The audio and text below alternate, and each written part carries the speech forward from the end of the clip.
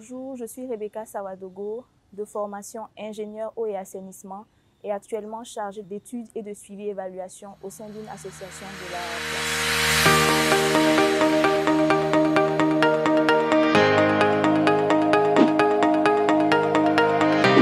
Okay, donc, un chargé de suivi et évaluation, c'est un professionnel qui est chargé d'élaborer et de mettre en œuvre un système de suivi et évaluation. Et le suivi et évaluation, je peux dire que c'est le fait de checker, si on peut le dire, permanemment la mise en œuvre d'un projet afin de pouvoir en fait atteindre les résultats escomptés. Donc checker de façon permanente la mise en œuvre du projet, que ce soit le budget, que ce soit les activités, les personnes qui interviennent. C'est un peu ça. Le suivi et l'évaluation est important dans la mise en œuvre d'un projet en ce qu'on doit vérifier à tout moment que la mise en œuvre mène effectivement aux objectifs qu'on s'est fixés au départ. Donc, il faut à chaque fois vérifier que les indicateurs qu'on s'est fixés sont atteints, que les buts fixés initialement également sont en train d'être atteints et que un simple exemple, que le budget également qu'on est en train d'utiliser nous permet d'atteindre nos objectifs et qu'il est utilisé de façon efficiente. Je peux également dire que tout ce qui est mis en place dans le cadre du suivi évaluation est axé résultat. C'est toujours pour atteindre le résultat qu'on s'est fixé au départ. Donc, initialement, je suis ingénieure eau et assainissement et à côté de cela, j'ai eu à faire quelques certificats notamment en suivi, évaluation et en management de projet. Dans la formation d'ingénieur, on retrouve tout ce qui est sciences et techniques, donc mathématiques, physique, chimie, et plus en profondeur, quand on arrive dans la spécialisation, on fait beaucoup de conception, de dimensionnement. Et spécifiquement en eau et assainissement, c'est tout ce qui concerne la gestion des ressources en eau, le traitement des eaux également et également les rejets des eaux usées. Donc un peu toute la chaîne. Mais il y a divers débouchés. Simplement, le génie chimique, c'est la chimie appliquée au domaine industriel. Pour avoir une définition toute simple. Donc les débouchés qu'on peut avoir en eau et assainissement, c'est premièrement, on peut travailler par exemple dans un bureau d'études en tant que concepteur, donc tout ce qui est dimensionnement, conception. On peut également travailler au niveau des structures étatiques en tant qu'ingénieur, mais ça sera plutôt tout ce qui est suivi des projets. On peut également travailler dans le traitement des eaux, dans la valorisation. Et on peut également continuer dans la recherche, c'est une possibilité, on peut continuer dans la recherche. Dans la formation que j'ai suivie, il y avait possibilité également de prendre l'option QHSE qui veut dire qualité, hygiène, sécurité et environnement. Donc c'est un débouché aussi que cette formation offre. En suivant une filière génie chimique, il y a beaucoup de débouchés. On peut se retrouver dans l'industrie pharmaceutique, dans l'industrie pétrolière, minière, dans l'environnement, dans la cosmétique. En fait, il y a une panoplie de débouchés. En fait. Alors, pour mon choix de formation, je pense que, un peu comme tout étudiant ou toute personne qui vient d'avoir le bac, c'est un peu le flou dans sa tête. Alors moi, j'ai eu un parcours qui est assez atypique. Je suis passée tout d'abord par une formation en génie chimique.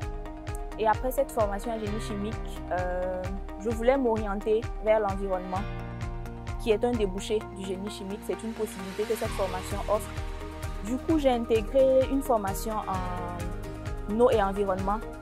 En général, c'est l'intitulé de la formation.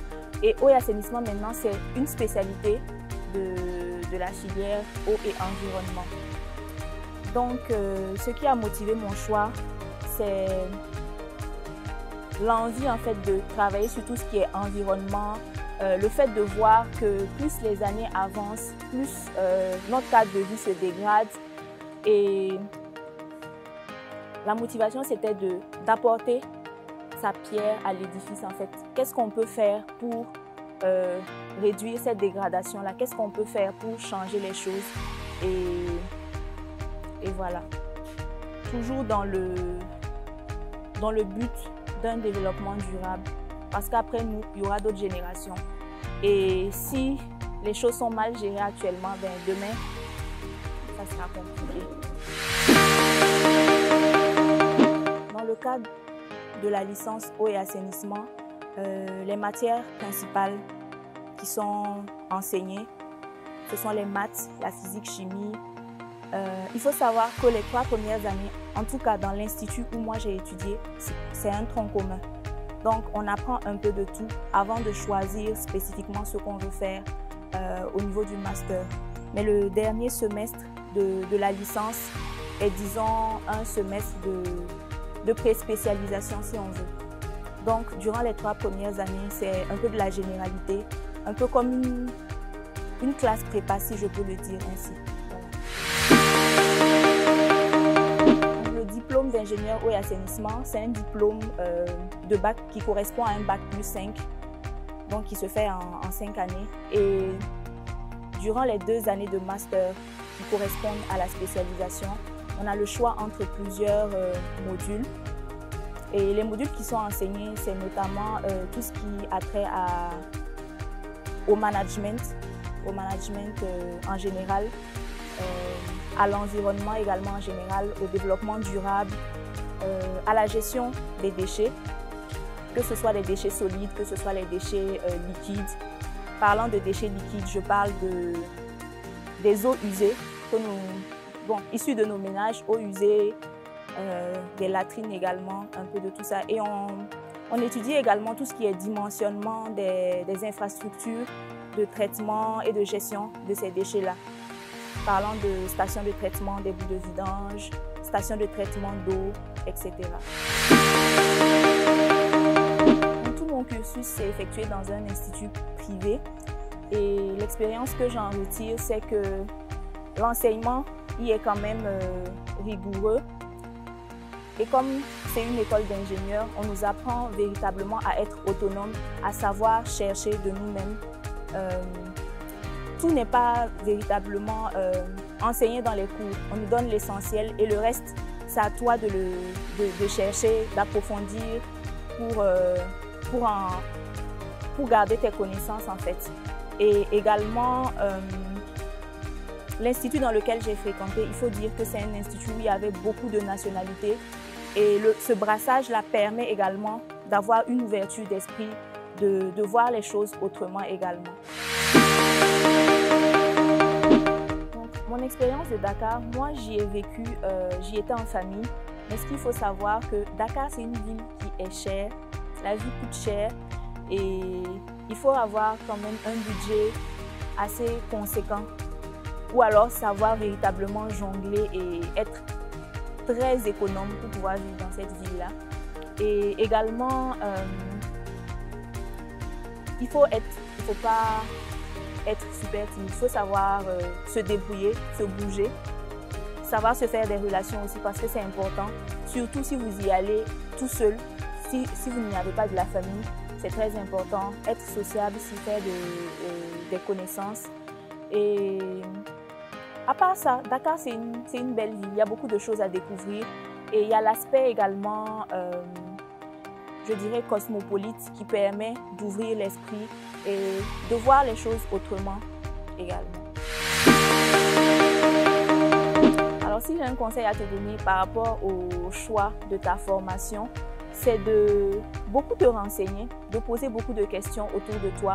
Il y a forcément des gens qui sont dans divers domaines.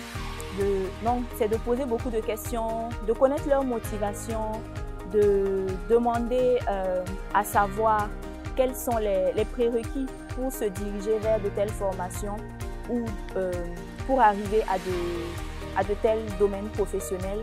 Également, se connaître soi-même, connaître ses capacités et ne pas avoir peur de prendre certaines voies.